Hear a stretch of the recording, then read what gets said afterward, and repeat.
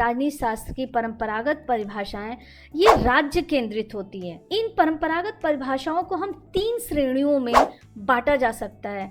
जैसे पहला है कि राज्य केंद्रित, और दूसरा कोई थिंकर होता है कि वो सरकार केंद्रित मानता है, और कोई थिंकर इसको सरकार और राज्य दोनों केंद्रित मानता है। तो राजनीति शास्त्र ब्लंट शैली के अनुसार राजनीति शास्त्र वह विज्ञान है जिसका संबंध राज्य से है, जो परम आवश्यक प्रकृति, आधारभूत स्थिति, उसकी अभिव्यक्ति के विभिन्न रूपों और उसके विकास को समझने का प्रयत्न करता है। ब्लंट शैली ने बोला कि राजनीति शास्त्र राज्य से है और उसकी परम आवश्यक प्रकृति मतलब इसका जो नेचर है, और आधारभूत स्थिति इसकी कंडीशन है, और उसकी अभिव्यक्ति के विभिन्न रूप जो उसके जो फॉर्म्स हैं और विकास डेवलपमेंट, ये चारों पक्षों पे, जैसे प्रकृति पे, आधारभूत स्थिति पे, उसकी अभिव्यक्ति के विभिन्न रूप और विकास पर, ये चारों पक्षों को समझने का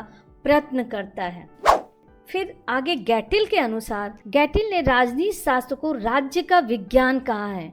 तो यहाँ पे भी गैटिल ने भी राज्य को राजनीति शास्त्र का केंद्र माना है।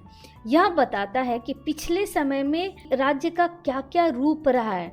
पिछले समय में राज्य का रूप मतलब भूत में, पास्ट में राज्य कैसे रहा है, क्या क्या उसके रूप रहे हैं, या उसका वर्तमान स्वरूप क्या है, और उसका आदर्श स्वरूप क्या होना चाहिए, जैसे फ्यूचर में उसका स्वरूप क्या होना चाहिए, ये उस पे ध्यान देता है। तो वैसे गैटिल ने जैसे भूत का, वर्तमान का और भविष्य की चर्चा की है कि राज्य भूत में कैसा था, वर्तमान में कैसा था, और भविष्य में कैसा होगा।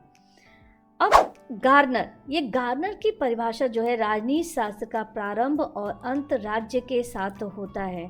तो ये बहुत सरल परिभाषा है और बहुत ही पॉपुलर परिभाषा है।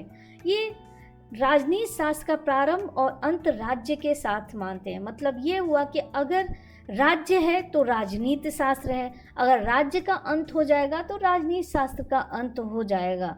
तो ये राज्य के साथ राजनीति शास्त्र को जोड़ते हैं।